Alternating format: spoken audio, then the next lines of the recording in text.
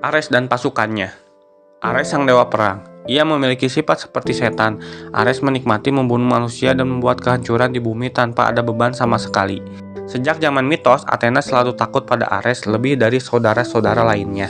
Berbeda dengan dewa yang lain, yang lebih suka tidak ikut campur dalam urusan manusia, Ares tidak ragu untuk campur tangan di bumi, bahkan untuk melakukan kekacauan tak masuk akal yang bisa menghiburnya. Athena harus terus turun tangan untuk menghalau tindakan busuk Ares dan menyelamatkan manusia.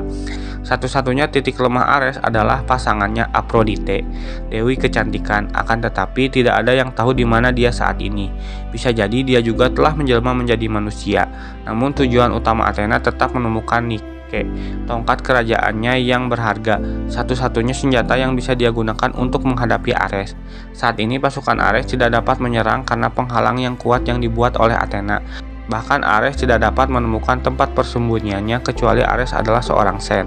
Tetapi masalahnya karena penghalang seperti itu membutuhkan energi yang sangat besar dari pihak Athena, Ares hanya menunggu dengan sabar dan membawa kekacauan sebanyak mungkin ke bumi berharap ia bisa memaksa Athena untuk keluar. Sama seperti Athena memiliki Nike, dewa kemenangan, sejak era mitologi dewa perang Ares telah memiliki Enyo, dewi kehancuran. Senjata mitologis ini adalah tombak panjang yang bilahnya dapat menyala menghancurkan apapun yang disentuhnya.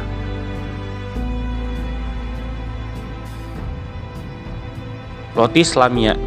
Ia adalah pemimpin pasukan ketakutan. Ia wanita yang kejam terhadap korbannya.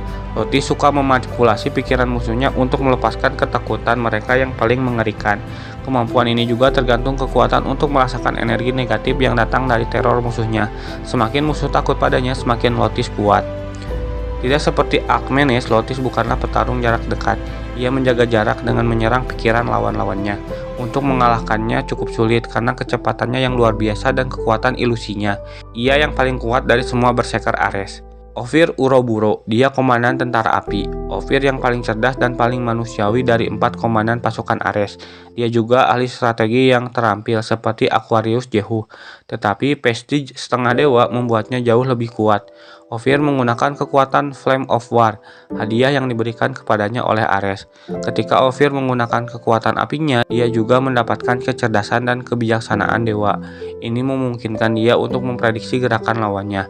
Bahkan gerakan seluruh pasukan, ia dapat memanfaatkan kelemahan lawan sebaik-baiknya. Lior. Ia adalah komandan pasukan bencana. Karakternya terlalu sarkas dan humoris, mengingat dia adalah pembunuh yang kejam. Di sisi lain, hobi favoritnya adalah bersenang-senang melakukan pembantaian dengan kematian sebanyak mungkin. Dalam setiap situasi, dia selalu menjaga suasana hatinya yang baik. Senyum di bibirnya seperti tercetak di wajahnya, sampai-sampai membuat orang-orang yang mengenalnya bertanya-tanya apakah dia bisa memiliki ekspresi lain. Salah satu sifat utamanya yang kejam adalah menganggap pasukannya sendiri sebagai umpan pembantaian.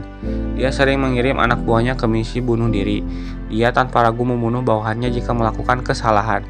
Lior memiliki kekuatan untuk mengendalikan angin, membuat hembusan angin setajam pedang dan melepaskan badai dengan kepakan sayap kauraca miliknya.